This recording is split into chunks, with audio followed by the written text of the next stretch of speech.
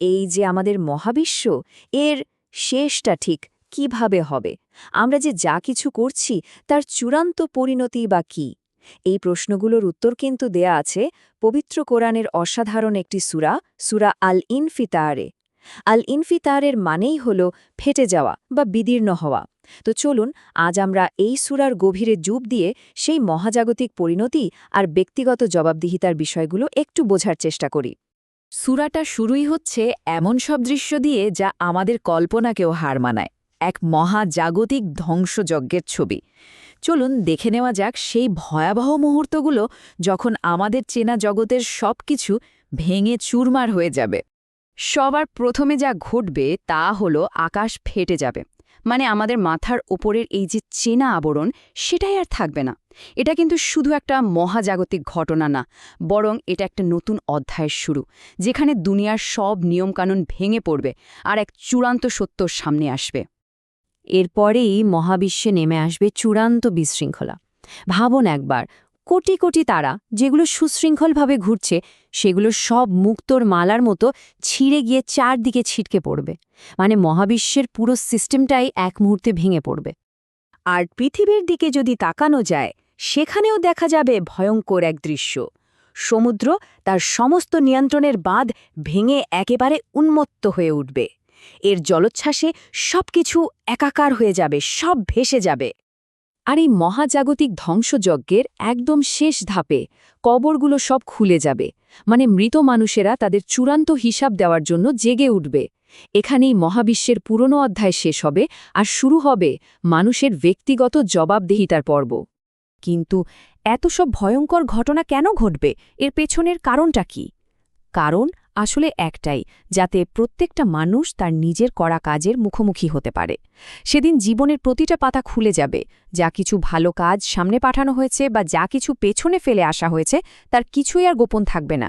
মহাবিশ্বের এই বিশাল ভাঙা গড়ার পর প্রশ্নটা চলে আসে সরাসরি মানুষের দিকে। সূরাটি এবার আমাদের এমন এক ব্যক্তিগত প্রশ্নের মুখোমুখি করে, যা প্রত্যেকটা আত্মাকে নাড়িয়ে দেওয়ার জন্য যথেষ্ট। এই প্রশ্নটাই কিন্তু এই সূরার একেবারে কেন্দ্রবিন্দু।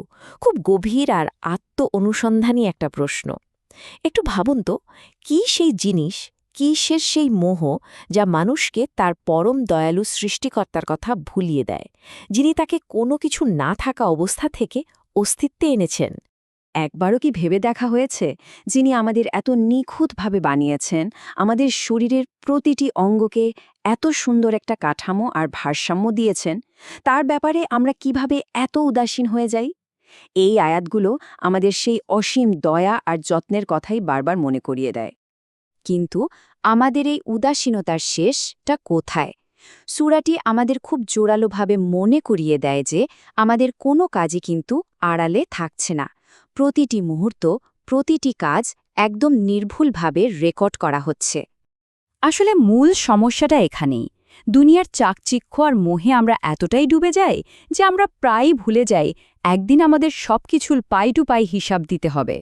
কর্মফল দিবস বা বিচারের দিনকে অস্বীকার করার এই প্রবণতায় আমাদের ভুল পথে ঠেলে দেয়।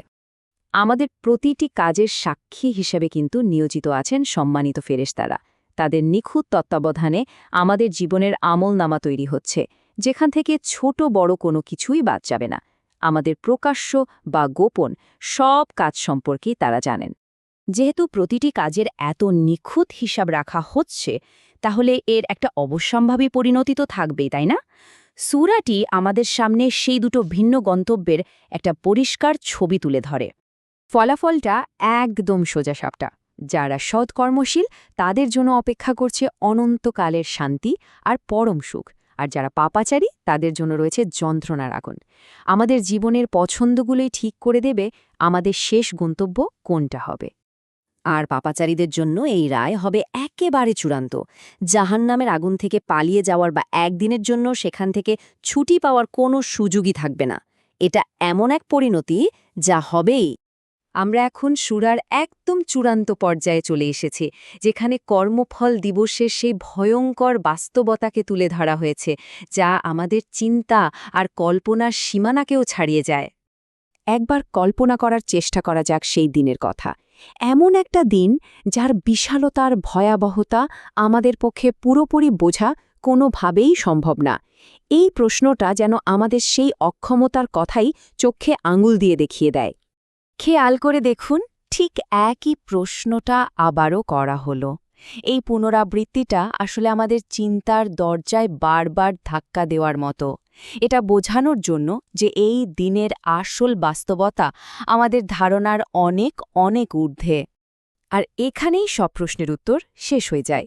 সেই দিন, যেদিন কোনো মানুষ অন্য কোনো মানুষের সামান্য উপকারেও আসবে না, যেদিন দুনিয়ার কোনো ক্ষমতা, কোনো প্রভাবই আর কাজে আসবে না, সমস্ত কর্তৃত্ব, সমস্ত আদেশ আর ক্ষমতা থাকবে একমাত্র আল্লাহর হাতে। আর এটাই হলো সূরা আল ইনফিতারের চূড়ান্ত বার্তা, যা আমাদের বর্তমান জীবনকে সম্পূর্ণ নতুন একটা দৃষ্টিকোণ থেকে দেখতে শেখায়।